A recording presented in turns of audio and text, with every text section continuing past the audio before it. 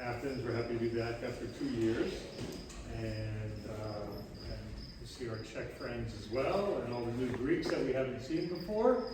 Every couple of years it changes, but we've made great friends over the years from both Czech and Greece. So I just wanted to be, we also heard our friends from Crete and Portugal talk about citizen science and citizen scientists. We just want to make sure it's very clear what you are doing is citizen science, because without you, they can't do all the work anymore. There's just too much out there to do, and without us helping, getting involved in science, usually associated with experts, the world's going to be a lot worse place, because we need your help. And all the enthusiasm that you have is making a change. So, and I checks, is this okay? Because I just used, okay, it was Gemini, okay. Greeks, is it okay? Yeah. Ah, so the AI is not working well with the check. Okay. Again, and we heard the woman from Portugal mentioning awareness, investigation, and action, as if she's already a GAIA member.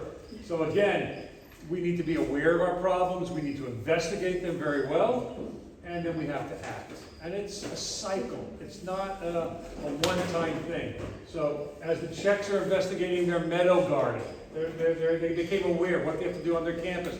There's not a lot of diversity. They started to investigate. They acted. Now this year they're going to see, did it bring a lot of diversity or not? Are they missing something? Was there something special? Again, it takes years for these projects to work, and so this is not something we do for 5 weeks and then we say goodbye to the project. A lot of our GAIA projects are 3 to 5 years long, and some of them have been running already 17 years. And I saw one of our boxes is still on the campus here, one of our Parsis Major chickadee boxes. So,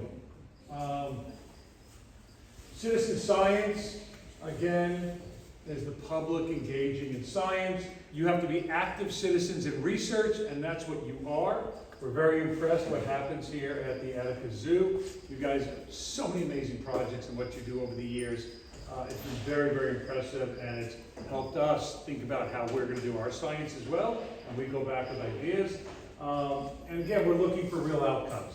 So I love this down here. Through citizen science, ordinary people can take part in extraordinary research, and that's what we're all about, doing the extraordinary.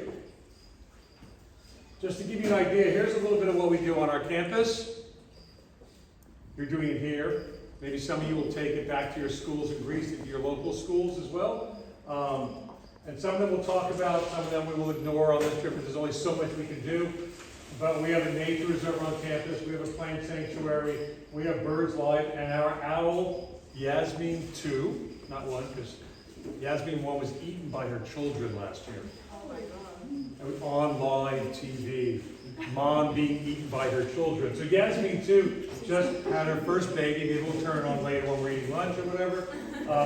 And so maybe they'll eat Yasmin 2. Anyway, we have Trash to Treasure, which we are doing really well. We'll talk about. The Czechs are into it. We have heritage trees. We have the bees, children's books, all kinds of amazing things we're doing.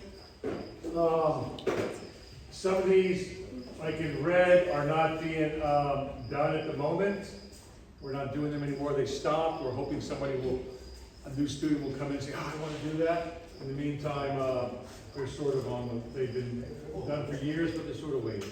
Anyway, so this is a lot of stuff, and I think I just have, there's 3 types of citizen science. We try to always be in the collaborative, which is high level of engagement at the zoo for sure. That's what you guys are doing. We like to look at our programs we create. Are we going to have, are we working with researchers? Are we actually helping with the data and looking at it and looking at its outcomes and what does it mean? Versus there's some where you can just go outside and you look and you say, okay, I saw that bird, and you go into a website, just click bird. You did help. You are helping with citizen science. That is very important to somebody. Does it do a lot for you? So we try to be in the collaborative and the co-produced citizen science, and that's what we want you to think about when you're dealing with your programs. And again, think about your problem, start to design it, who's your community? Is it just you and your teacher? Or is it you, your teacher, there's a researcher, there's a university or research facility. How are you going to manage your data? What are you doing with it? You're keeping it just for yourself, that's not good. And how do you sustain and how do you improve, which we heard about from the Czechs just recently, what they did with their water saving, how they improved it, how they had that. And we drank from the cool water fountain they have on the second or third floor? Third floor, yeah. Got to drink from the cool water fountain. But that was all part of a problem that they scoped their problem, they worked on it, so forth and so on. So that's all I just have to say is a little bit to start, and then it's going to turn back over to the students. So I'm out of here.